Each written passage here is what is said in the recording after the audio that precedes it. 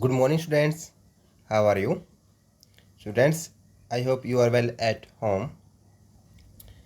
Student, आज जो है हम हमारी जो बुक है social and political life first, उस बुक का फर्स्ट चैप्टर जिसका नेम है डाइवर्सिटी, उसकी एक्सरसाइज की जो है हम रिवीजन आज हम करेंगे।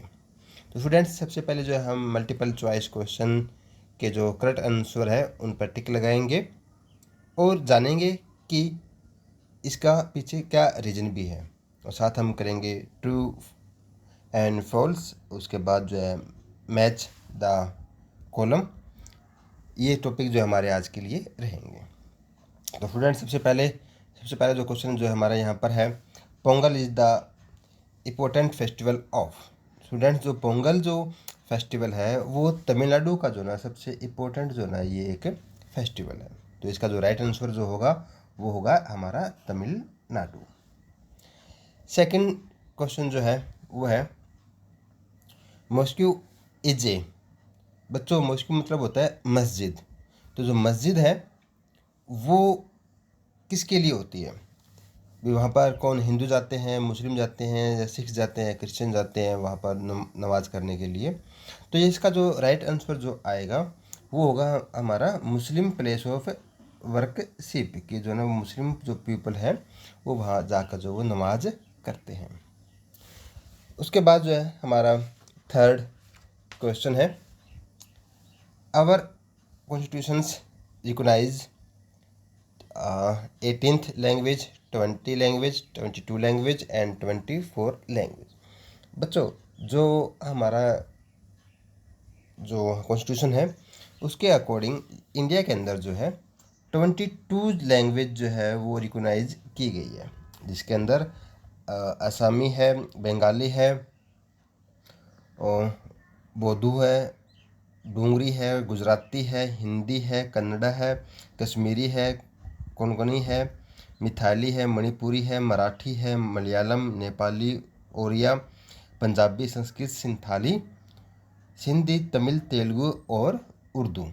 ये 22 जो है वो लैंग्वेज हमारे कॉन्स्टिट्यूशन के अकॉर्डिंग जो है वो रिकॉग्नाइज की गई है, क्योंकि इंडिया जो ना वो किसी एक लैंग्वेज उसके नेशन के अंदर कोई एक लैंग्वेज जो है ना वो नहीं है।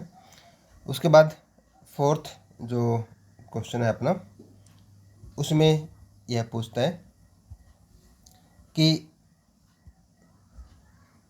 Our national song Vande Mataram was written by. तो बच्चों, जो वंदे मातरम जो सॉन्ग है, जो हमारा नेशनल सॉन्ग है, वो किसके द्वारा जो है लिखा गया है? तो इसके अंदर जो फर्स्ट जो ऑप्शन दिया गया है वो है रविंद्रनाथ टैगोर।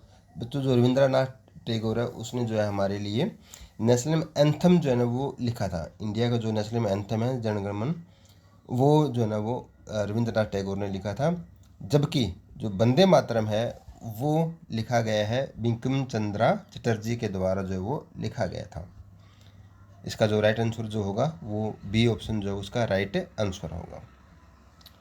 उसके बाद है fifth question, the Christianity was introduce in India by. ये कहता है कि इसमें से जो केरल के अंदर जो है सबसे पहले क्रिश्चियनिटी यानी कि ईसाई जो है ना वो आए थे, तो कौन जो है ना वो इस धर्म को जो है इंडिया के अंदर लेकर आया था? तो बच्चों, इसका जो फर्स्ट ऑप्शन जो है वो सेंट थॉमस, ये इसका राइट आंसर है, क्योंकि यह जो है सेंट थॉमस जो है इंडिया के अंदर सबसे पहले जो क्रिश्चियनिटी जो वो लेकर आए थे। ये वो लेकर आए थे हमारे AD 57 के अंदर। इंडिया के अंदर जो ना जो सेंट थॉमस है वो केरल के अंदर उसने इंट्रोड्यूस करवाया था, और ये बात है हमारी AD 57 के अंदर। तो ये हमारे जो है 5 जो MCQ जिसको हम बोल देते हैं मल्टीपल चॉइस क्वेश्चन, तो पांचों के जो है ये राइट आंसर ये है। आप अपनी जो टेक्स्ट बुक है उसके अंदर से ये मैच कर लें आप लोग। सेकंड है हमारा राइट, ट्रू और फॉल्स के बारे में, इसमें हम करते हैं। तो सबसे पहला आता है कि unity in diversity means that people of different faith, customs and opinions live as one. तो बच्चों, यहाँ पर कहता है कि जो यूनिटी इन डाइवर्सिटी की जो इतनी विविधता के अंदर जो हमारी एकता है, विभिन्नता के अंदर जो हमारी एकता है, उसका मतलब क्या है ये कहता है कि यार डिफरेंट जो धर्म के लोग हैं, अलग अलग तरह के काम करने वाले हैं, अपने अलग विचार रखने वाले हैं, फिर भी वो साथ रहते हैं। तो इसका जो बिल्कुल ये सही बात कह रहा है कि इंडिया के अंदर बिल्कुल यही बात है कि यहाँ पर जो डिफरेंट टाइप के जो पीपल रहते हैं, डिफरेंट लैंग्वेज बोलते हैं, डिफरेंट उनकी रिलीजन है, डिफरेंट जो उनकी कास्ट है, डिफरेंट उनकी ओपिनियन है, लेकिन वो फिर भी जो है वो एक साथ रह रहे हैं। तो ये है जो है ना हमारी एक सबसे बड़ी यूनिटी है, यही हमारी जो सबसे बड़ी एक पावर है। तो यहाँ पर बिल्कुल इसका जो हम कहेंगे कि ये जो लाइन है बिल्कुल ट्रू है, क्योंकि यहाँ पर जो है यूनिटी इन डाइवर्सिटी की जो हमारी एकता में जो है ना, विभिन्नता के अंदर भी जो वो एकता है।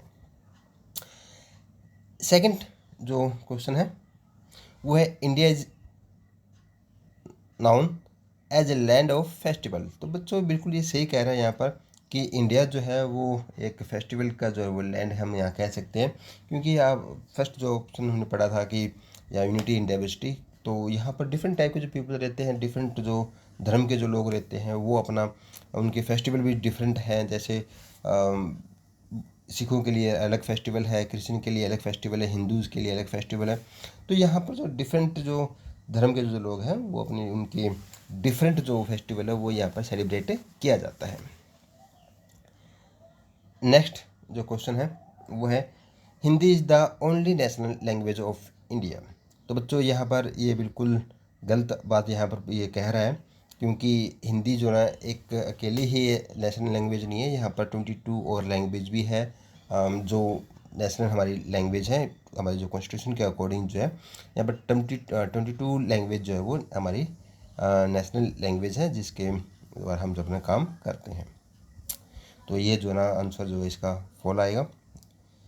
फोर्थ है द ब्रिटिश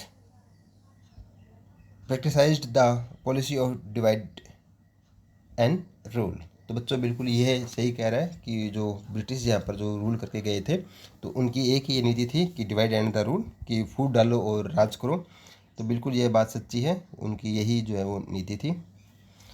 उसके बाद है फिफ्थ जो क्वेश्चन है हमारा, Keralites eat wheat as a major component of their food. तो बच्चों यहाँ पर ये कहता है कि जो केरल के अंदर जो लोग रहते हैं उनका जो खाना है उस खाने के अंदर जो है ना मेजर जो है वो वीट यानी गेहूँ को जो है वो लेते हैं। तो ये सच नहीं है, क्योंकि जो केरल है वहाँ के जो लोग हैं वो चावल और फिश को जो ज़्यादा प्रेफरेंस देते हैं। उनके जो मेजर जो कंपोनेंट है फूड के अंदर वो चावल जो है उसके अंदर आते हैं, और इडली डोसा भी जो है उसके अंदर आ जाता है, और सांभर भी जो है उसके अंदर आता है। तो वीट जो है ना वो उनके लिए मेजर ये फूड कंपोनेंट नहीं है उनकी डाइट के अंदर। तो हम यहाँ इसको जो है फॉल्स के अंदर जो है इसको लेते हैं। सिक्स्थ है the geographical condition do not effect the lifestyle of the people.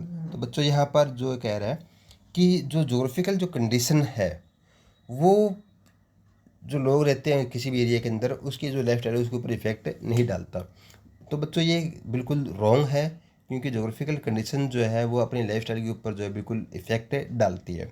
For example जैसे अब समर सीजन चल रहा है, तो उसके अंदर हम जो है अपनी जो लाइफस्टाइल है वो डिफरेंट टाइप की है, लेकिन जैसे ही विंटर सीजन आएगा अपनी लाइफस्टाइल के अंदर चेंज आ जाएगा, अपने जो क्लोथ्स हैं उसके अंदर चेंजेस आ जाते हैं। तो ये चेंजेस आ जाते हैं, तो अपनी लाइफस्टाइल के अंदर जो है वो बिल्कुल चेंज आता है। तो बट यहाँ पर इसने नॉट इफेक्ट लिखा है, तो इसका मतलब ये है कि ये लाइन जो उसने गलत लिखी है।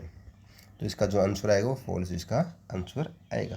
तो ये हमारे जो है 6 जो ट्रू एंड फॉल्स है, ये भी जो है आप अपनी जो टेक्स्ट बुक है उसके अंदर से आप मैच कर लें।